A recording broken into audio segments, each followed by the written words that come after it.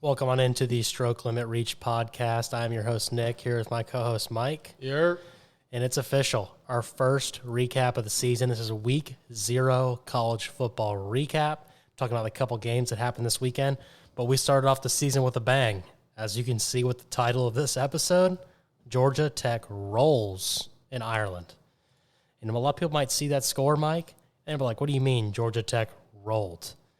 The score, that's the best thing I think that happened to FSU this weekend, only losing by that amount because Georgia Tech absolutely dominated in the trenches after hearing the entire offseason how good Florida State is in the front seven.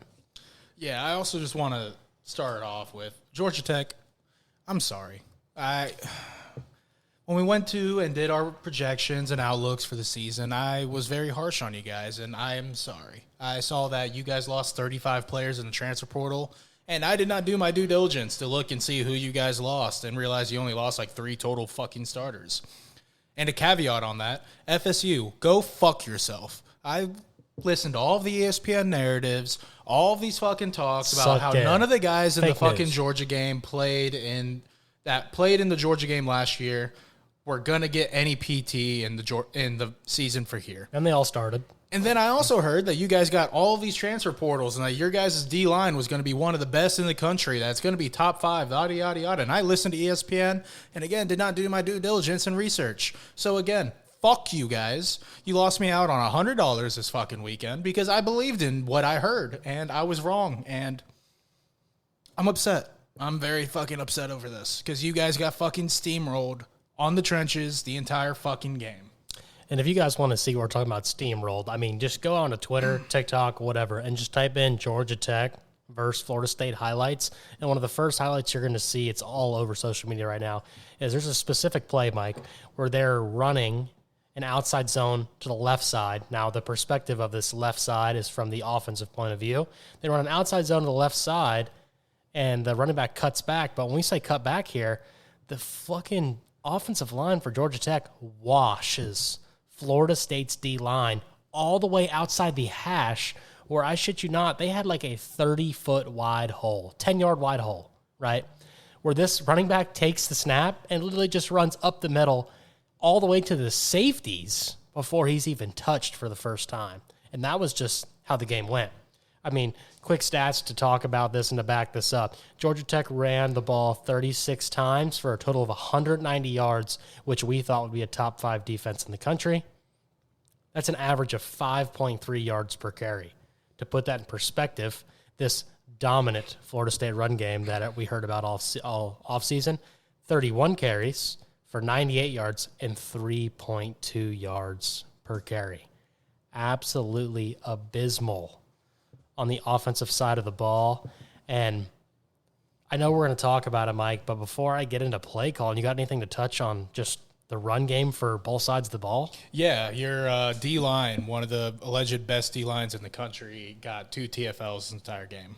The same D-line only got 1 sack. Granted, I think they only threw the ball 16 times on like 20 dropbacks, but still only 1 sack off 20 dropbacks and 2 TFLs off of probably like 30-some-odd carries as a D-line unit, and you're supposed to be nationwide awesome. Georgia Tech was absolutely reestablishing the line of scrimmage 2, 3, 4 yards down the field where I'd love to look up I don't think we have the stats here yet because they're still diving into it on Saturday, but I'd love to see the yards after contact. That's on there. I can pull that up. That's got to be rambling. Like pretty minimal. I mean, they were really killing them in the run game. And anywhere, wherever they wanted to run. But the outside zone and the inside zone schemes, they didn't run too many power schemes. It was just zone, boom, holes wide open, backers non-existent. But then again, it's also hard to play linebacker when your defensive line's in your face. So Georgia Tech's running back that got 7 carries, Chad Alexander, he averaged 3.57 yards after contact.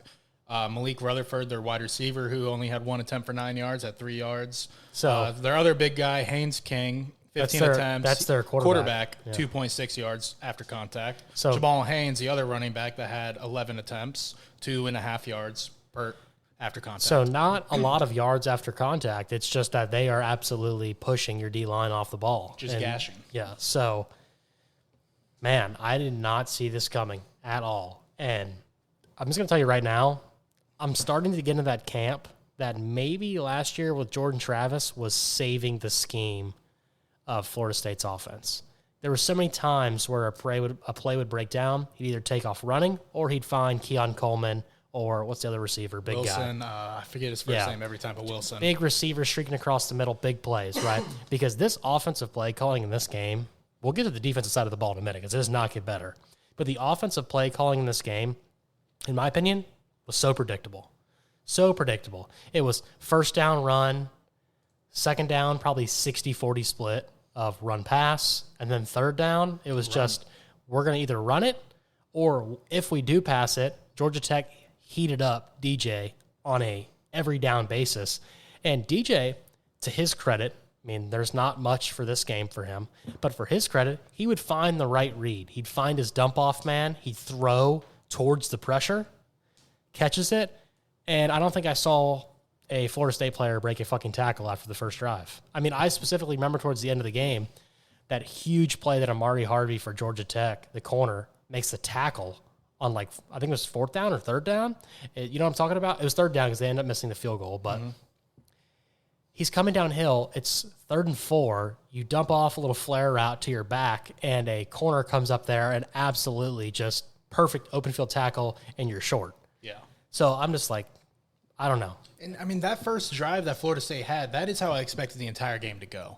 They were absolutely dominating the trenches for that one drive.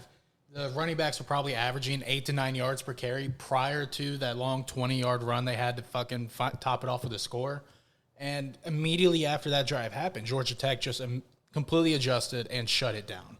It just was no longer consistent. And when you got Florida State in the fourth quarter on 3rd and 9 running inside zone, trying to get into field goal range or at least try to get the first down to score and tie up the game, it looked like they were defeated already. Yeah, and props to Georgia Tech's defensive coaching staff and making adjustments because you come into the game, you get gashed. It's easy for your team to go down after that first drive and be like, holy shit, we're really fucked. But also on the flip side, what an opening drive by Georgia Tech to come back and answer and be like, oh, we can hang with these guys, right?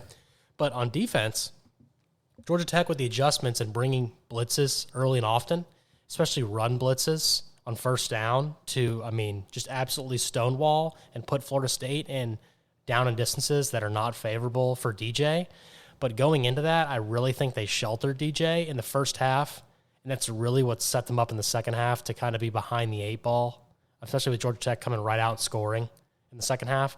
But it's like, Mike, listen to this crazy stat. Florida State only had 9 attempts of 10-plus yards or more in the air. Yeah. That is fucking crazy. 10-plus yards? It gets even worse. They had 3 attempts of 20-plus yards or more. So it's like, in my opinion, if you are a significantly better team, which Florida State thinks they are, and they're man-blitzing you, how are we not getting guys open? Is DJ not seeing them? Is he only taking the dump-off route? Personally, I think it's more of the fact that they're not being called. Yeah, there's probably a guy on a streak, but he's probably a 4th option. Yeah, like a runoff type route. Get the safety out of there, try to isolate the play. Way too many underneath routes, but then to go against DJ, I can't give him all the benefit of the doubt. He makes the easy plays look hard. Throws it to the right guy, but can't get it in the bucket, can't get it right where he needs to. We were talking about earlier, slant routes are behind the receiver. There's a specific route that goes to their best receiver. I'll pull his name up, I can't remember, but their best receiver makes a play on a ball that was thrown a yard behind him on a wide open slant route on 3rd down to convert it, and he has to make a spectacular catch to extend the drive. Jakeem Douglas? No. There's another one on there, but he makes a great catch. And Malik Benson, probably. Yes, it's Malik Benson. Made a great behind, stops himself running full speed, grabs it behind him, tucks it in, falls down, first down. Come on.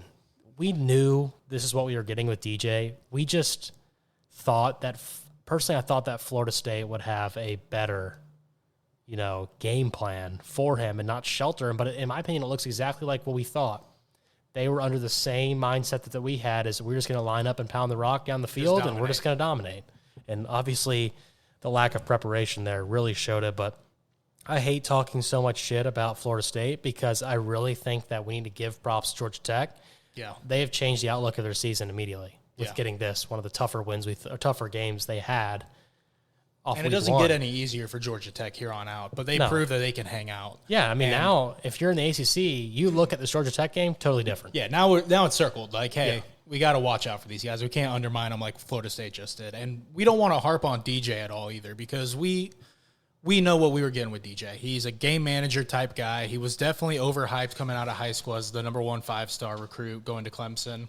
But after 2 years of Clemson and the year of Oregon State, we kind of knew what we were getting with him. We wanted to see if maybe it gets better with better personnel, but this loss isn't 100% on DJ.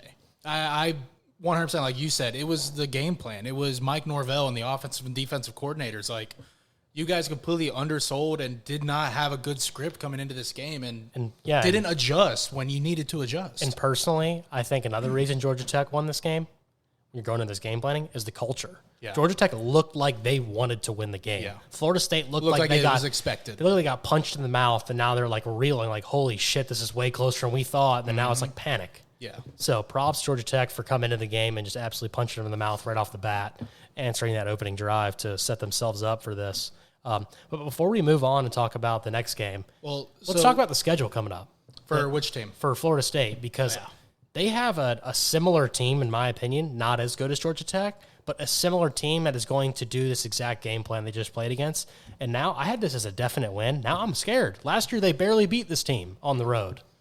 So Florida State and Georgia Tech, and right before I get in the schedule, there were 2 key plays on defense that they could have snuck away and won the game with. Both being in the fourth quarter when it was tied game. Georgia Tech was driving. There was a fumble off the snap. Not off the snap, but it was like a read option. Haynes King pulled it late. Ball came out. And you had a fucking Haynes King pushes the ball away to try to get it to his guys. And there's a D tackle for Florida State running to it. And he tries to scoop and score with the ball behind him rather than just dive on the fucking ball. Get your team possession. This is the culture I'm talking about. Tied game in the fourth quarter. They're driving. You'll be at midfield with the ball. And he just runs past the ball because he misses it on the scoop and score, allowing the O-line just to jump on it. Yeah. Georgia Tech later then goes on to score. Then you go fast forward to the very end of the game when you just got a fucking another Georgia Tech just fumbled the ball again. They go back to 3rd and 18. Yeah, and it's a long field goal. Long field goal for them to have to score. And this kicker's never been in a fucking game winner field goal type situation. So this is where you want him. Yeah. You can pray for overtime. He's going to be kicking like a 50-yarder. All you got to do is play one more good snap of defense. You know they're not going for the touchdown here. They're running low on time. They have to throw short and just try to creep up into field goal range. And you give up a screen for 10 yards to put them back in that 30-yard sweep mark on the hash where they want to be.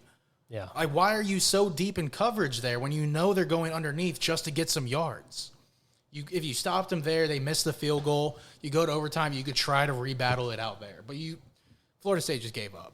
But moving on to their schedule, you were just talking about a team that they barely beat last year, Boston College. Mm-hmm. That's a very tough front seven team that, again, we assume FSU is just going to dominate in the trenches. Yeah, and I know we weren't going to talk about this game much coming up on Thursday when we do our week 1 predictions, but I think we're going to have to talk about it a little bit at this point because Georgia Tech's going to, Boston College is going to do the same thing Georgia Tech did. They're going to run the ball a lot. Their quarterback loves to run the ball at the read option. He's a very speedy guy, and their defense is nasty, and I think it's going to be a totally different team with Bill O'Brien as a coach.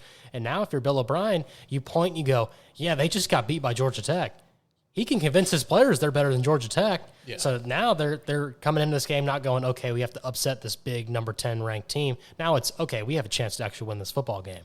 Yeah. So, and their now easy stint of the schedule is no longer that. Yeah, and they got to play Memphis too, who we think has a chance to make the playoff. Yeah. So that could be another loss. So that's their saving grace too, is their 3 games that could be winnable are all home with Boston College, Memphis, and Cal. But now Cal's got a power running scheme. They do. Their fucking running back, one of the best running backs. Yeah, gonna just pound the ball, and we just saw how weak they are at stopping the run. So, could it be just a week 0 overlook and overreaction of this, or does Florida State just really have the holes that they convinced us they did not? It's a wake up call. We're about to see the culture that Mike Norvell has built for this team right now, going into week 1. They're under the microscope now. They are, and we're about to see what they're made of, if they're pretenders or if they're actual contenders. So, that being said, let's move on to the next game. We're going to talk about the other game with a ranked team. Or actually, I don't think they're ranked, are they? Who? SMU?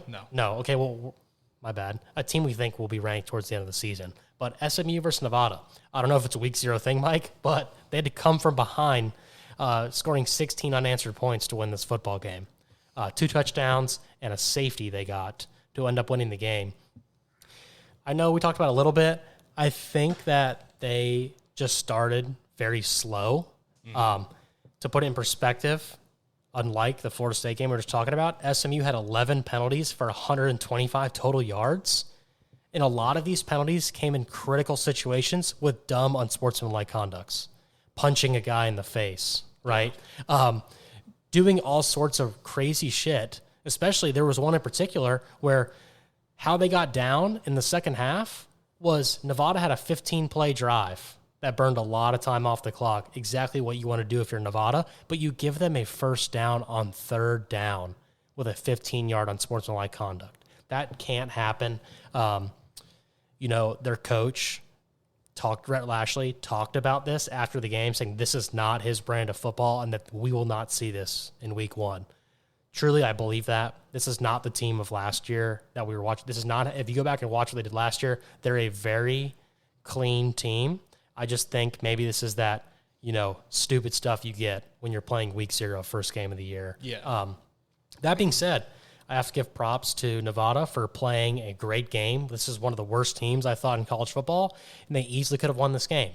But again, props to SMU that they were able to fight back and they never quit, how we talk about with Florida State. And they're, instead of going, we're 28-point under or favorite, holy shit, they battled back and their quarterback led them down the field with 3 minutes to go on his own 10-yard line to end up getting the win.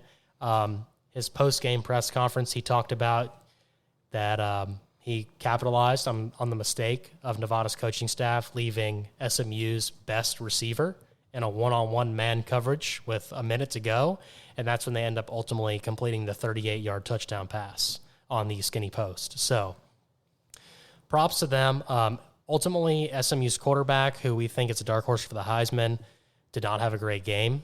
No, completed almost 50%. Yeah, but that being said, when rubber meets the road at the end of the game and you need the win, he rallies the troops. He's able to make some plays on his legs as well as through the air to get this drive and ultimately get in the end zone. This is really a team, I think, unlike Florida State, is going to bounce back really fast and get on track. I just think the whole thing with the penalties and keeping Nevada in the game. Sloppy week 0 shit. Yeah, it's stuff I think that will ultimately get cleaned up. And I'm not so much nervous as an SMU fan as if I was an FSU fan, especially with SMU's schedule. Very favorable. So, that being said, though, I think that Stone is going to play a lot better, and I think you're going to see that brand of football that he played last year, and I still think he could be a dark horse for the Heisman. I'm not going to overreact and say that this kid is not who we thought he is. He played great last year. I'm not going to overreact at all. It's just a weird week 0 game, a lot of stuff not going your way. When you're constantly getting penalties, Mike, you're always in long down and distances. Ultimately, it's going to lead to more incompletions. I mean, he could have a really good stat line if he just did a bunch of dump-offs, but he's probably trying to force the ball down the field, get these first downs. You're down, you know what I mean? You're playing for behind. But again, if I'm an SMU fan, I'm not that worried. Games like this are bound to happen. I'm just glad you escaped with the win. That would have been really bad for your season to lose here, to start off that way. You got anything on this game, Mike? No, I was just looking at some of the stats for it. It's not a game that I watched a whole lot of. At this point, I was already kind of drunk and sad. If you don't know, Mike did put like $100 in Florida State, so he hates Seminole fans with this. Yeah, and I had a parlay, every single leg fucking busted. I had Florida State money line. I had New Mexico money line as the underdog, which before I passed out drunk looked great, but they gave up a 31-16 lead with in the fourth quarter. They did. And then I had SMU covering the spread of 24.5, but we know how that went. Yep. But with SMU, though, the only thing that scares me when you're looking at their stat line is the rushing. The fact that they were non-existent in the rushing, and when you break it down even further, Mike, you'll see that Stone had 35 yards of those as the quarterback scrambling. That's the only point where if I'm an SMU fan, I'm like, yeah, I'm worried. Now, again, that being said, how much do you think that is of penalties and being in long down and distances? They're also playing to come back a lot of the game, too. So it's like, whatever. I mean, I'm sure they didn't run the ball much in the second half. The big one that scares me is the time of possession differential. Well, now SMU runs an extremely fast no huddle. Okay. So that's what you're getting there. And Nevada did But on paper, you look at this, you're like, Nevada should have won the game. Yeah. They dominated the time of possession, which is exactly what they had to do because you need to keep SMU's high-powered offense on the sideline. They did that. So I think that's why I keep getting props to SMU to somehow pull out this game with everything going against you. Time of possession, penalties, no run game, and you still won. So I think that being said, as much as Rhett Lashley is going to want his team to forget this, I think it is a good building block to go forward the rest of the season. Yeah. And, I mean, up next on their schedule, they do have a light game in Houston Christian, and then they are home against BYU, home against TCU. So they could very well start out 4-0 still, figure out where their deficiencies were here at Nevada and build on that to correct it before they start getting in. Week 5, they are home against Florida State, though, so we'll be able to see truly which team has figured it out by then. I agree, and I really can't wait for that game because it's going to be in Dallas, and that, to me, is going to be the welcome to the ACC moment for SMU. It's going to be sold out. They've got the fan base there. A lot of people forget this is a team that was battling for national championships before the death penalty. So I'm really excited to watch that game. It's huge for their program, and it's going to be huge for Rhett Lashley as a coach. Yeah. That's pretty much the recap that we had. So we're going to talk about a little bit of what happened in the NFL. If you guys don't know, NFL's last preseason game was this weekend.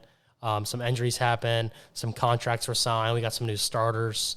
And ultimately, they're going to be on a bye week this week, and then they will go in and play their week 1 game, and we'll start talking about their previews as well when we get into that week. So, Mike, I'll talk about first one of the interesting things that I saw last week was the Drake May versus Jacoby Brissett, and the coach on the radio show talking about it. Why don't you tell the viewers a little bit about what happened? Yeah, so Gerard Mayo, the coach of the Patriots, he went on a radio talk show over in New England. I want to say it was before the last game, and was really just talking about how good Drake May has looked in camp in these preseason games and how he's kind of gotten the edge over Jacoby Brissett. And in this last preseason game, Jacoby Brissett ended up leaving with a shoulder injury. I don't know if they've released a timetable or how severe the injury was yet. I don't know if you want to look that up while we're here, see if they've released anything. I don't know if they have, but that kind of goes into what we were saying, though. Continue with what he said, and then we'll kind of fold in what that injury could mean. Yeah, so, their original go-to was, Drake May is the QB of the future, but they don't want to rush him in when he's not ready, and also give him time to, kind of learn and develop behind Jacoby Brissett while they continue to build the team, because right now the roster is just not it. They're definitely in a rebuild, win-later type situation. But if Drake May is ready and he's out here performing and they truly think he's the guy, they could start him sooner than expected. So when they were interviewing Mayo the day after the game on Monday this morning, he said that he talked to Jacoby Brissett and that he said, you always feel a little bit sore after a game, but he's good to go. Okay. So it looks like it's I do still think week 1 we will see Brissett as a starter. 100%. I think the injury could have made it really shitty because they really would have had their hands forced. Yeah, they don't want Drake May to play. Because as soon as he plays, they're not benching him. You can't bench your future QB. And just like their coach said, though, that Drake May's been having a great fall camp, but there's more into it than just his play to decide this factor. And I know we talked about it. I think Matt was talking about it when we had him on, that once you throw Drake May in the fire and he does bad with the offensive line that you have, the no receivers you have, just nothing on the offensive side of the ball. He's going to get a label. You're going to get a label of a that's not deserving. Bad quarterback. It's going to look like the Mac Jones, whether you think he's better than Mac Jones or not, because I do think he's better than Mac Jones, but you're still going to get that label, and it's ultimately going to ruin your career. Yeah. So why not let him just learn, as well as I personally believe that if you started him this year, he would get the Joe Burrow treatment of the first year on the Bengals of possibly tearing an ACL or something because the lack of the offensive line. So ultimately, I think we will see Jacoby Brissett on the field, and I think that is the best option. If you are a Patriots fan, I know you want to see the young talent, but him alone is not going to win you football games. No. So I think this is the best decision. It's something that you don't need. I saw a lot of people saying that they expect probably about 6 games before Drake May gets put out there. And regardless of which, Jacoby Brissett is going to be on a very tight leash while he is the starter. If he does end up just super underperforming, they probably will throw Drake May out there. Yeah, but because they do still want to have competent and see what pieces they do have for the future on what pieces they can keep and trade in the rebuild. So it's just going to be a lot depending. If Jacoby Brissett comes out there and plays very well for them and gets them to that competitive edge where they are comfortable, Drake May could sit the entire year, and Gerard Mayo, I think, is perfectly okay with that. And I personally think, though, that Jacoby Brissett is one of the better backups in the NFL. Yes. I think that he will be more than fine and average as a quarterback to go the entire season. I don't think you want to put Drake May in. I don't think there's a need. We all think that you're only Maybe going at to the win. end of the year, just see what you got. Mean, why start your new guy in a 4-win football team? Yeah, in a Risking potential injury. death sentence area. Yeah. So that being said, we'll go real quick.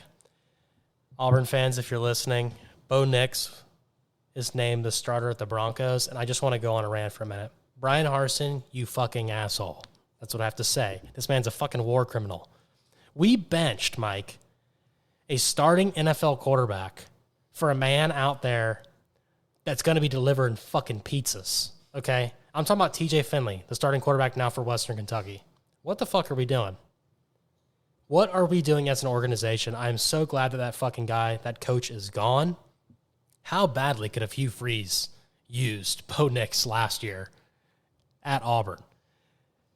It just baffles me, but, I hated the hate that he got at Auburn because I do think that it was more scheme and talent around him problem. And I'm really happy for the guy that he's getting his chance to start. And I think it also, to build on that, Mike, I think it shows the type of character that Zach Wilson had in the locker room after the final game, talking about how Bo Nix deserves this start. So if you were around him during fall and seeing the plays that he was making, the decisions that he makes, that he is the starting quarterback. And I just think that builds and shows that Zach Wilson is not this selfish guy and that he just doesn't have the talent to do it. But In that same breath, Jared Stidham, the other quarterback in that locker room, went on to talk about how disappointed and frustrated he is in losing the battle to Bo Nix and how he knows he is a starting quarterback in this league. Well, that's because He got time to start last year. there was a Wasn't lot of awful. people that said that Jared Stidham played better in the preseason. Like, there's a lot of people that say that. Jared Stidham, also from Auburn, so him and Bo Nix actually have a really good relationship. But that being said, he's another guy where I feel like you went into the absolute black hole of quarterbacks right now, which is the Patriots. And he was before Zappy and before Mac Jones. And it's like, I honestly don't think who it is at quarterback. You're a death sentence. And I do agree. I think he definitely could be a starter in the NFL. And this kind of proved it to me because I was like, wow, this guy's making great play after great play. But I know that the fan base needs Bo Nix to start, and Bo Nix had a great fall camp. So as a coach, Mike, you know this like I do. If you've got two guys that are playing exactly the same football, and one of Play the them's a younger, rookie, cheaper option. I'm playing the younger guy, and I'm building the team around him. Especially when he's not in a situation like the Patriots. Like, I do think the Broncos will be able to protect him. Yeah. Especially, and Bo Nix has legs, so he can get away from the rush and try to stay out of trouble. So Broncos have some pieces, granted not a lot, but they do have some pieces there. Yep. And then, Mike, talk a little bit about CeeDee Lamb. Yeah, so he finally came to his contract agreement with the Cowboys. I think it's like the second most paid non-quarterback player in NFL history. It's a 4-year, $136 million extension with $100 million guaranteed. To put that in terms of the NBA, who's the guard for the Grizzlies? That's like mid as fuck. Oh, boy, we're throwing shade out about NBA, and the season's not going on. Yeah, because their contracts are fucking ridiculous. Desmond Bain. Yeah, he's getting paid the equivalent of Desmond Bain in the NBA, which is wild how NFL contracts are so cheap in comparison. And I'm glad for CeeDee Lamb. I mean, he deserves to get paid what he for got sure. paid. I'm upset that it was with the Cowboys. Yeah. I was hoping I think that this is the best thing for they the Cowboys would sit out organization. and he would go to test market or get traded elsewhere because fuck the Cowboys. I mean, but this puts in now question mark of they still have to pay Dak Prescott, their potential franchise quarterback, who's been their quarterback for the last 7 years now. And then you also have Micah Parsons sitting on a need-to-be contract pay. Yep. So what the fuck do you do? Yeah, but now the only thing I'll say about that is you have to give Jerry Jones props in this situation because I feel like your team was at the point of unraveling. Everyone's pissed off. I feel like if you let CeeDee Lamb go, the floodgates open. Everyone's like, yep, we're fucking leaving. Yeah. Because I think you had to retain him. Yeah. At all means necessary, even if it's pay him too much money and you can't pay other guys now, because at least now, internally, everyone's like, okay, they're willing to make these deals. They're willing to keep the team together to try to win. Yeah. So I think it was a must, and it's just kicking the can down the road. Yeah, It's because still I mean, a problem. your head coach is on his last year. It's still your a problem. quarterback's on his last year. Micah Parsons, I think, has 2 years left, but he's coming up on his extension next year. Yeah, I mean, they're in a tough situation. You got to rob Peter to pay Paul. You got to just keep it going down the line. Yeah. And then let's talk about personally one of the best running backs, I think, that are in the NFL. The problem is Mike, could we be seeing the end of the career for Nick Chubb with how many injuries he's been sustaining lately? We'll talk about what happened. I just think that ultimately Nick Chubb, right, the more and more these injuries happen, the more and more even he's going to look at it from his perspective going, I've made my money. Do I really want to keep getting injured? Yeah. So I mean, Nick Chubb, he's been one of the most electric, like just dominant running backs in the NFL for probably the last 4 years or so. And it sucks because he completely obliterated his knee, same knee he obliterated in college. And it's not as simple as getting an ACL surgery and then recovering from that. You can never, You have ever, to get the first surgery, wait till that's fully recovered, go back in, get the next surgery. Like it was every tendon in his knee was just completely blown away. Yeah, and for guys that have never played football, once you tear your ACL, it's never the same. No. They can put it back together, but you're never the same person. So That when you lateral start movement gets when you start to see these skill position players get knee injury after knee injury after knee injury, in my opinion, that means the end of their career is coming up because they're just going to be a worse and worse product after these injuries. And now his ceiling is so high where the worst and worst product is you're still top 4 running back in the league. Yeah. It's just from his perspective, you've made all these millions of dollars. Do I really want to get to a point where, fuck, I may never walk again? Like, come on. I mean, he's already came back from this once and became amazing, which is already insane. And do we have a timeline for him yet?